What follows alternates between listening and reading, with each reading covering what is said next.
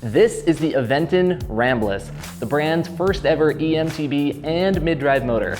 Aventon largely helped raise the bar of quality expectations when it came to affordable fat bikes and cargo bikes. Will the Ramblas do the same for hardtail eMTBs? Let's find out in this review.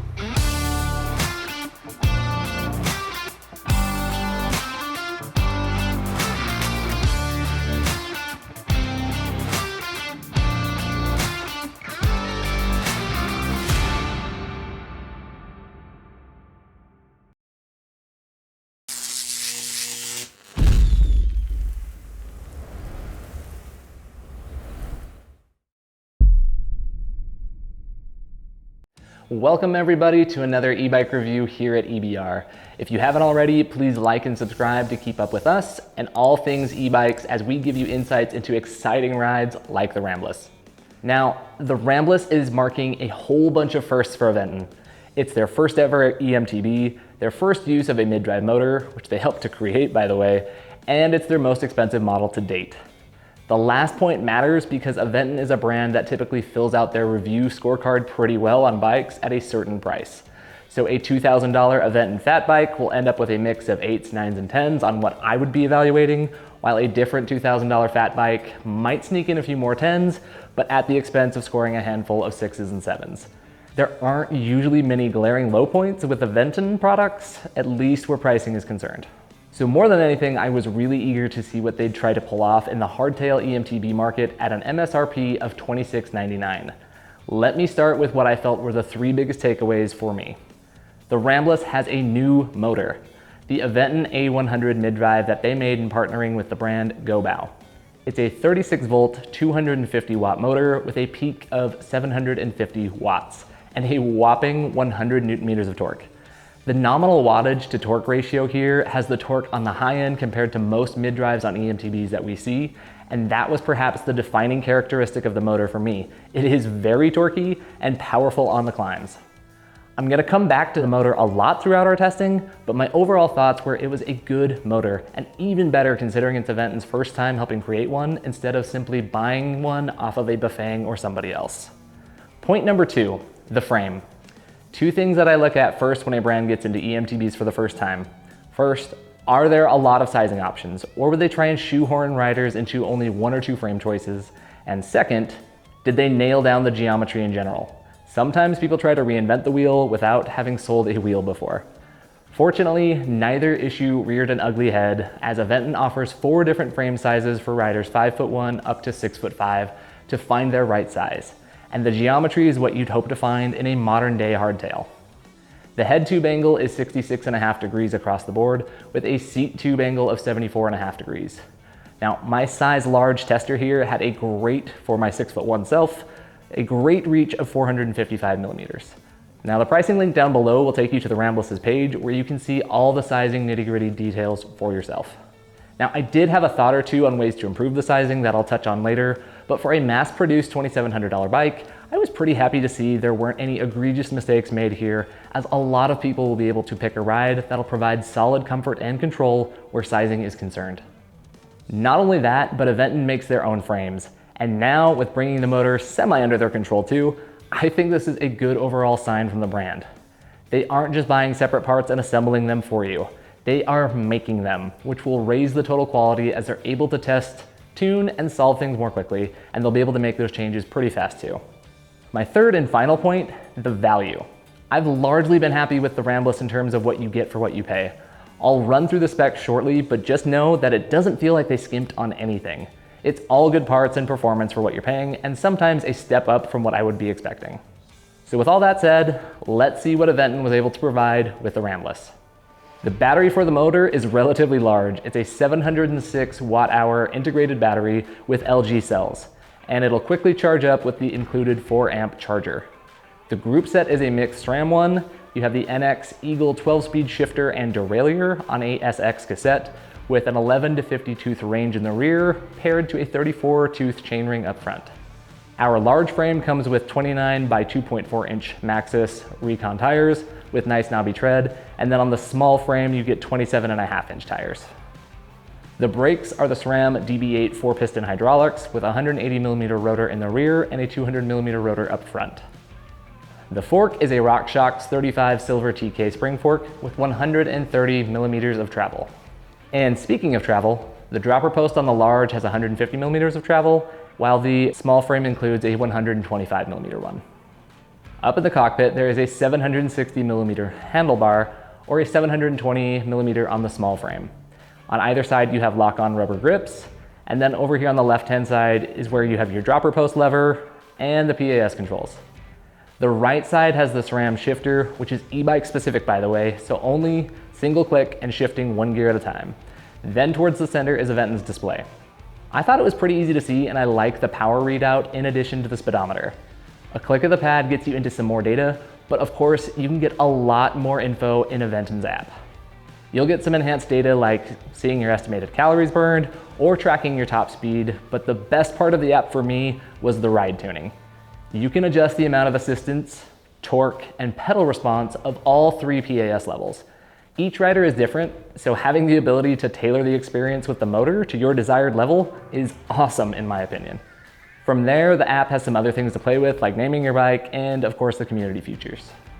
So final points, as of launch, there is just the green color that you see here that they call Borealis, and the bike is TUV safety certified, which is in accordance with UL 2849. So that'll do it here for the spec. Now let's dive into the performance. So the Ramblas has a simple 3 levels of pedal assistance to choose from.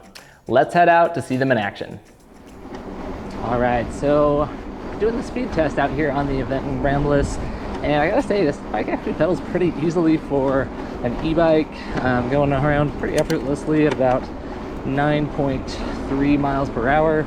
But of course, you don't get an e-bike to not have the motor, so let's kick in the eco mode and see what that's like. So power comes on pretty immediately. You can kind of hear that whine as the motor gets going.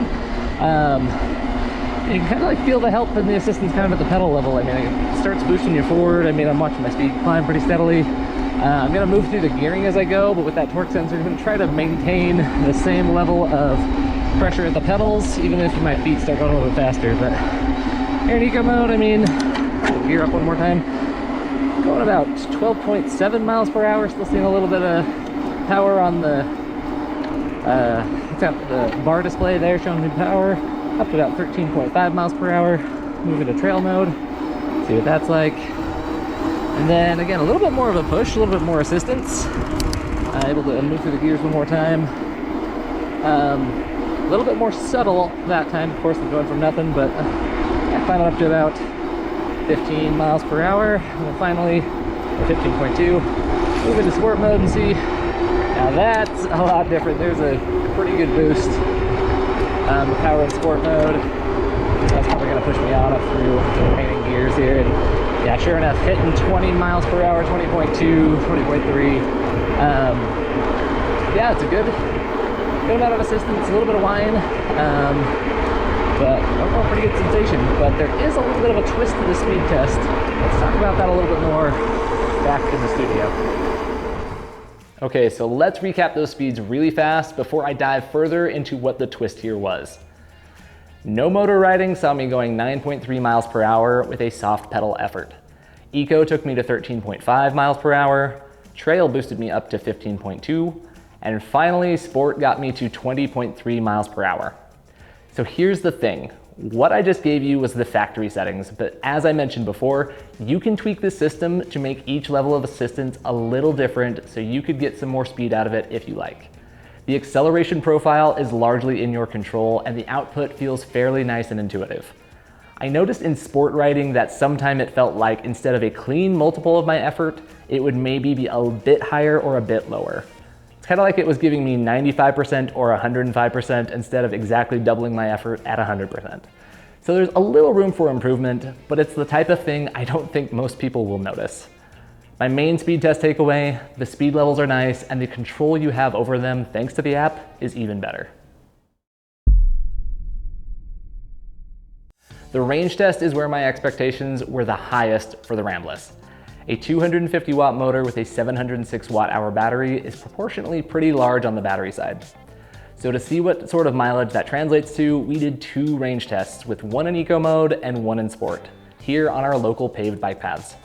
Now, it's important to note that with the more varied terrain of trail riding, the results might not be as large, but this will help you to get a ballpark. So in the eco test, the bike was able to go an astounding 107.4 miles at a 12.9 mile per hour average. As of this recording, that's the 5th longest range test we have ever had. So a shout out to the range test team for logging all those hours in the saddle. On the max power sport test, we went 47.5 miles, holding an average speed of 17.5 miles per hour. And that was good for 4th all time of every e-bike we've tested on the max test. I don't think there's a lot of analysis to give here. The bike simply had stellar range. As I mentioned, the pairing is set up for success and the battery is large enough while not adding an insane amount of weight to the bike. We weighed the Ramblas at just over 50 pounds with the battery, and given the motor power that more than helps offset that, I think it is just a very impressive performance from the bike here. We'll be conducting more testing to better give expectations for how that'll translate on the trails, but even by Aventon's own advertising of up to 80 miles, I think that sounds reasonable given our results. 80 miles in one shot is the sort of mileage often reserved for bucket list rides, so it's safe to say the Ramblas should provide you with all-day fun on a full charge. We've seen a few mid-drive motors with high torque ratings that have nominal 1,000 watt and higher outputs. The Bafang Ultra typically comes to mind with its 160 Newton meters of torque, but there are some others out there that go all the way up to 200. Those are, in my mind, in a class of their own. But for the types of motors I typically see on eMTBs, the 100 Newton meters of torque of the Ramblas' A100 motor is quite a lot. So what does that mean on hills? As always, we went out to our standard measuring stick, the Hellhole Trail, where we had the Ramblas climb up a 1/3 of a mile path with a 12% average grade. Okay, so on the Aventon Ramblas on Hellhole, and I've been really stoked to get this out here to see how this motor that Aventon made with GoBow, I hope I pronounced that correctly, 750 watts but 100 Newton meters of torque. So I want to see how it does on this hill versus the Bosch, versus the Shimano, the Bafang, some of the other ones. So far it feels pretty powerful. I haven't had to shift at all. It is in turbo. I'm trying to keep the pedaling even as I did on all the other mid-drive eMTBs. Let's just listen to it through this next section on this steep part.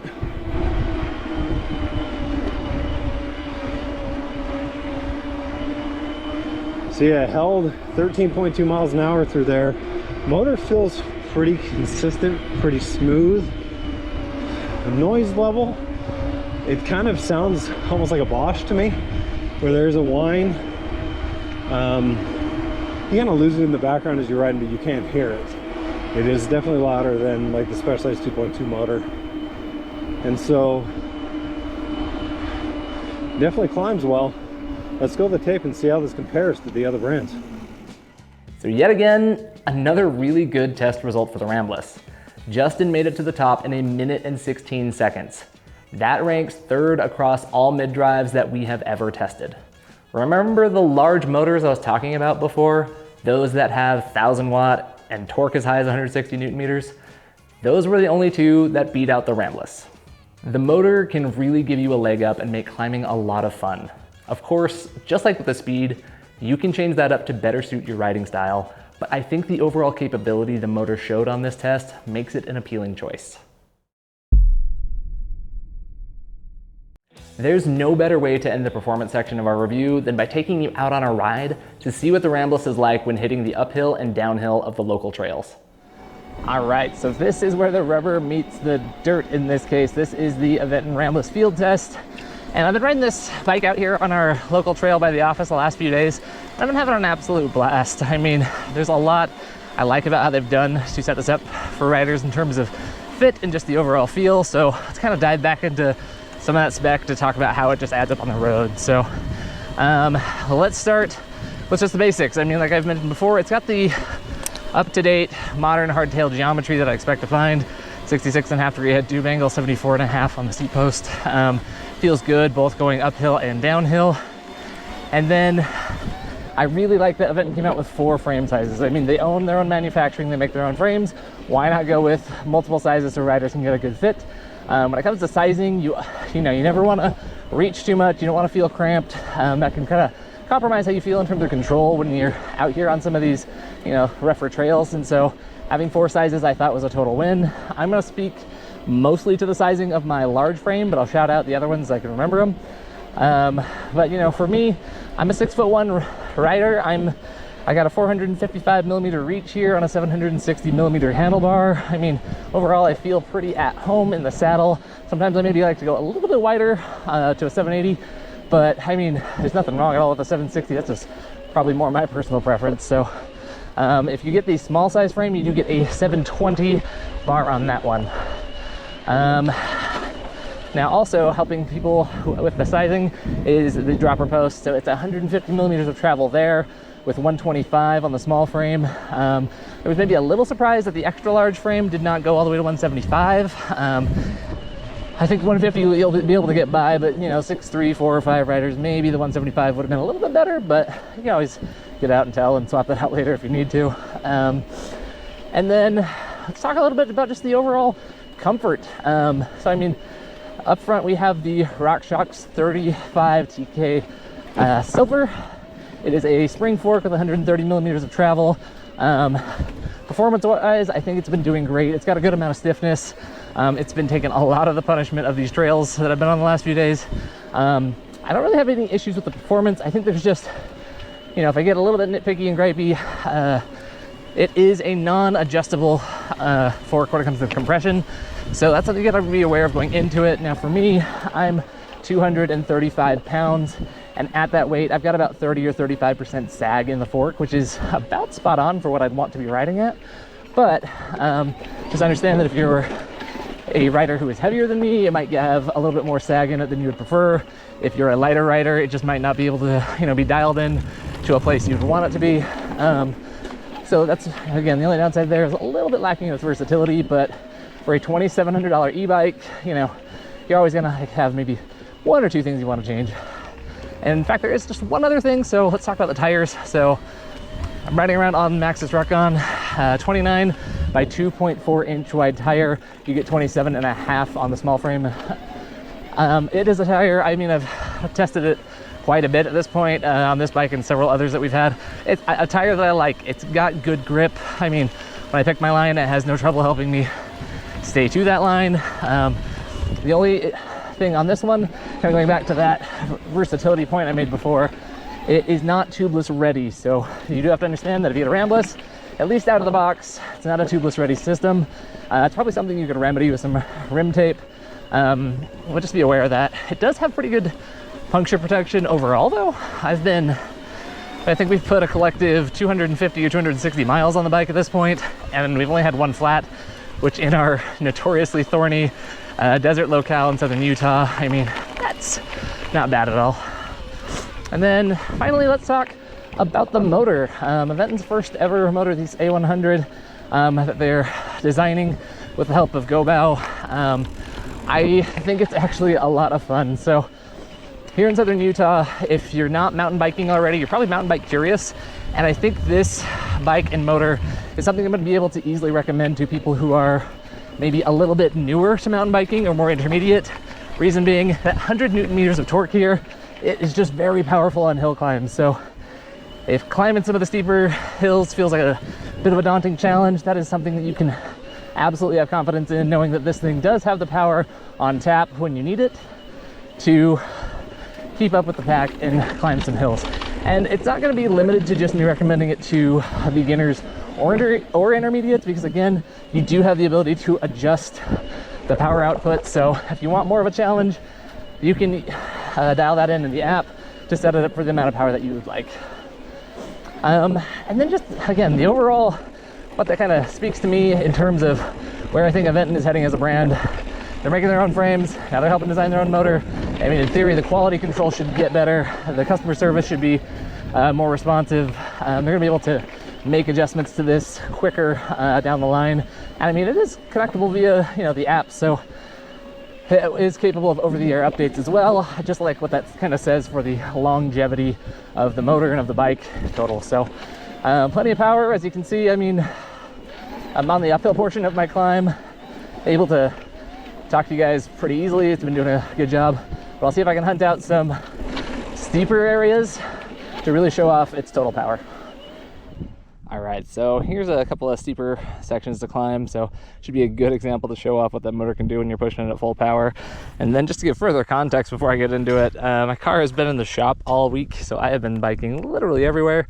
And I even played basketball with some friends this morning, so my legs are pretty tired from all of it. But we're gonna pop this thing into turbo and show you how it can make pretty light work of climbing sections, if that's how you want to approach it. But all right.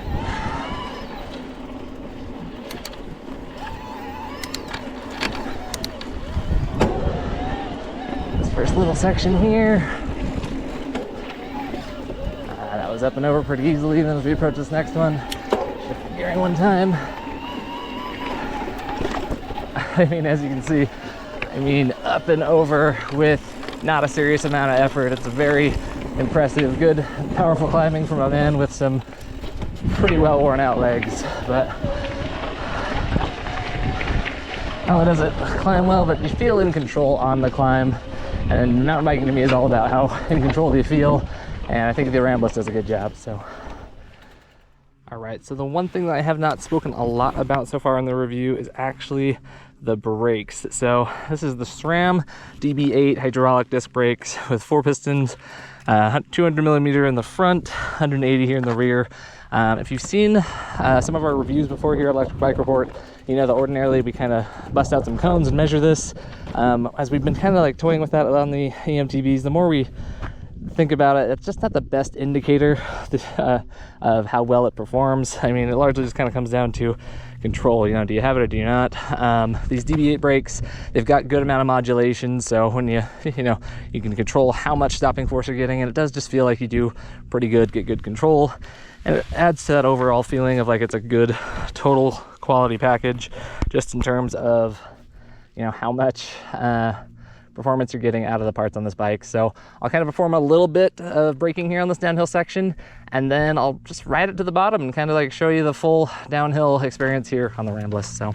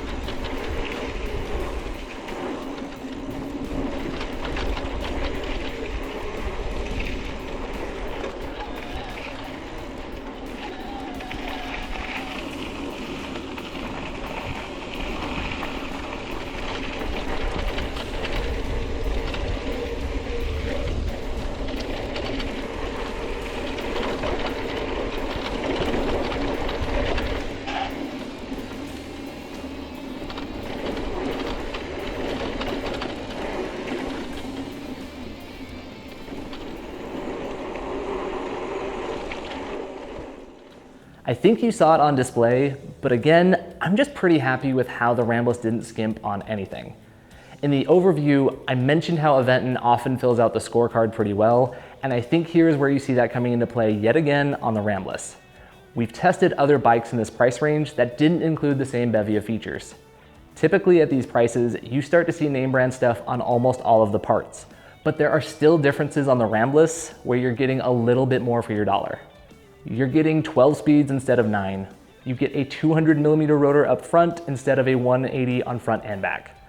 Not to mention the fact that they are 4-piston calipers instead of 2.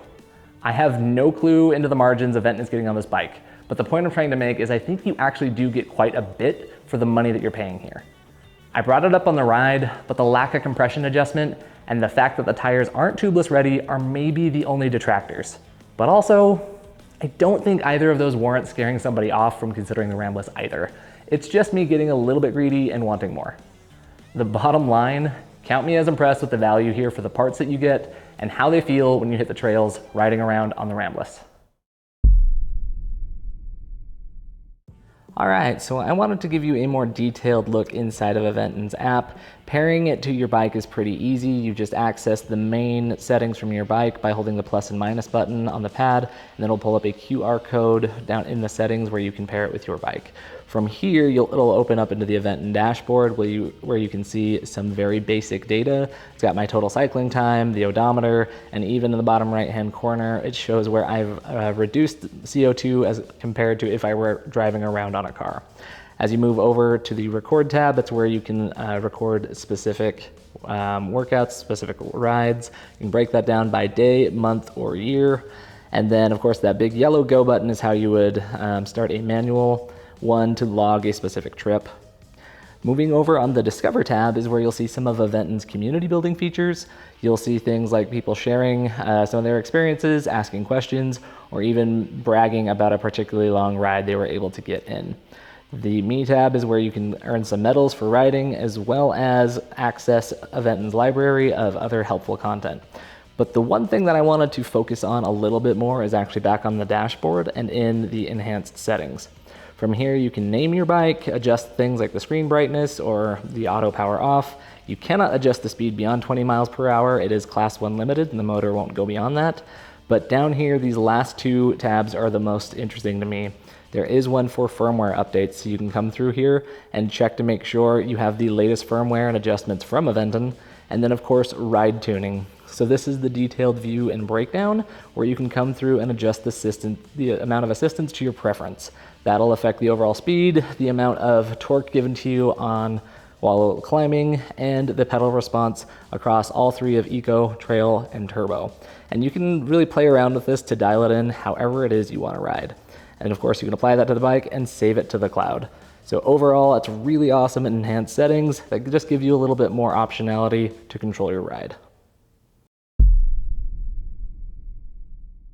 The Ramblas is overall a rock-solid eMTB that frankly exceeded my expectations for a Gen 1 product. Many of those are worth waiting on while the brand figures out how to iron out the kinks, but the Ramblas is fun and worth riding now. It has a very torquey motor that made me feel like I could ride all day and keep up with almost anybody, as hills would not slow me down. And the battery is huge for the spec, as evidenced by the results of our range test. I might be representative of the largest sized rider to get a good experience out of the fork, and heavier riders might experience more sag than is preferable. Compression adjustment was my main want, but there's enough you can dial in on the rest of the feel of the bike to get in a lot of happy riding on the trails. My final takeaway for the Ramblas is this: there is enough performance, positive experience, and promise in regards to where Aventon is heading as a whole with the Ramblas to say that if it fits your budget, then it's worth taking a closer look at to buy. Now, I'm mainly curious to know, what do you think about the Ramblas? Let us know in the comments below, and check out more details from the pricing link down below, which does help support our channel should you choose to buy. I'm Griffin Hales with Electric Bike Report, and I will see you on the next review.